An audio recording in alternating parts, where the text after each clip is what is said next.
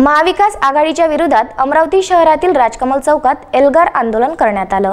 शेतकरी सोडले वाऱ्यावर व महिलांवरील वाढते अत्याचार यावरून हे आंदोलन करण्यात आलं।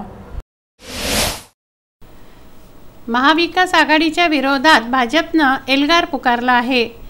आघाडीच्या विरोधात भाजपनं अमरावतीच्या राजकमल चौकात आंदोलन केलं।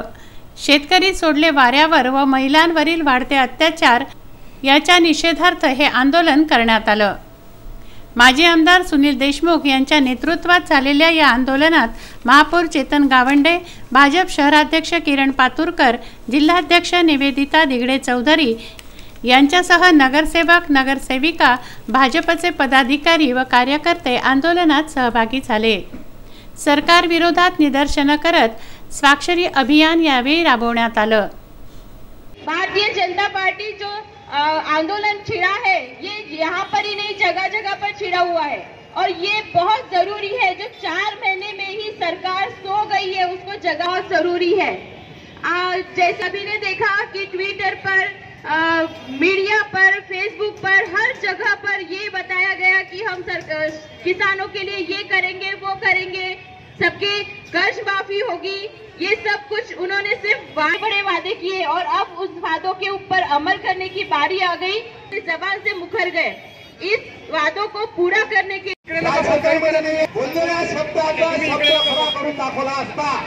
सरकार जेव्हा त्यांनी फक्त आपल्या 1.5 लाखाच्या वरती 50,000 रुपये वाढवून 1.5 लाखाचे 2 लाख रुपये माफी नंतर आमच्या नगरातील ज्येष्ठ नागरिक आदरणीय श्री संजयजी आठवले यांना मी सर्वांच्या वतीने विनंती करतो की त्यांनी सुद्धा आपलं येथे येऊन मनोगत व्यक्त करावं। त्यानंतर आमच्या कुसुमताई साऊ यांना मी विनंती करतो की खरड काकू यांना मी विनंती करतो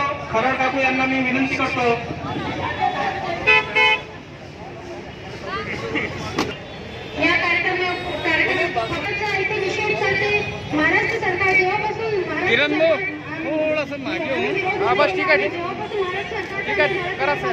महिलांमध्ये अनेक अत्याचार होत आहेत। आम्ही निवडणुकीची घटना पाहिली, एक अध्यापिकावर भर रस्त्यावर चौकावर केला, पेट्रोल टाकून जाळण्यात आला। अशी घटना आधी कधी झालेली नाहीये आणि अशी अनेक घटना होत्या। या घटना त्यांनी पूर्ण चव्हाण साहेब यांना मी प्राचार्य लागतो की त्यांनी इथे यावं। संजय भाऊ चव्हाण, जास्त वेळ बोलायचं नाही, आपल्याला प्रत्येकाला संधी मिळाली पाहिजे। 5 मिनिट आपण बोला। संजय भाऊ चव्हाण। अमरावती जिल्ह्यातील सर्वच तहसील कार्यालयांसमोर भाजपतर्फे हे आंदोलन करण्यात आलं। विदर्भ न्यूज, अमरावती।